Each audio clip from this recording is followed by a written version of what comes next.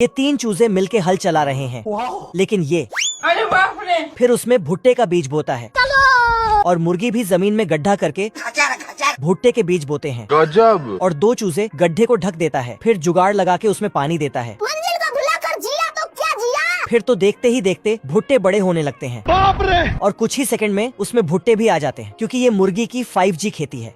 फिर भुट्टे को तोड़कर पकाकर खाने लगती है, फिर उसमें बटर डालती है और उससे बहुत कुछ टेस्टी टेस्टी खाना बनाकर पूरा फैमिली मजे से खाते हैं। अरे खाओ ना दादा के। लेकिन पहले सब बहुत भूखे रहते थे। तभी एक दिन मुर्गी को भुट्टे की खेती करने का आइडिया आया अगर जिंदगी में आगे बढ़ना है और अपने बच्चों को लेके खेती करने के लिए दूसरों से मदद मांगने चल पड़ती है। पहले ये सुअर के पास आती है, लेकिन ये साला खेती का नाम सुनते ही मना कर देता है और पेट दर्द का बहाना बना लेता है। तो फिर ये मुर्गी बतख के पास आती है और उससे खेती करने का मदद मांगती है, लेकिन ये भी पेट दर्द का बहाना बनाकर मना कर देता है। आज मैं मर गया भैया। तो मुर्गी अपने दम पर खेती करने चली जाती है।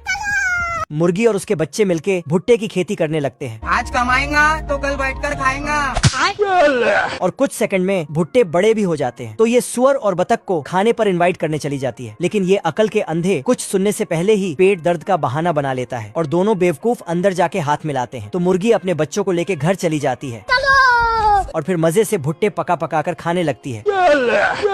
फिर तभी सोचा क्यों ना लास्ट बार उससे पूछ के देखूं, लेकिन ये साला फिर से वही हरकत करने लगता है और दोनों खूब एक्टिंग करता है। आज मैं मर गया भैया। मुझे कैसे भी करके निकाल मेरे भाई। तभी मुर्गी बोली मेरे पास कुछ खाने को है। आजा आजा आजा।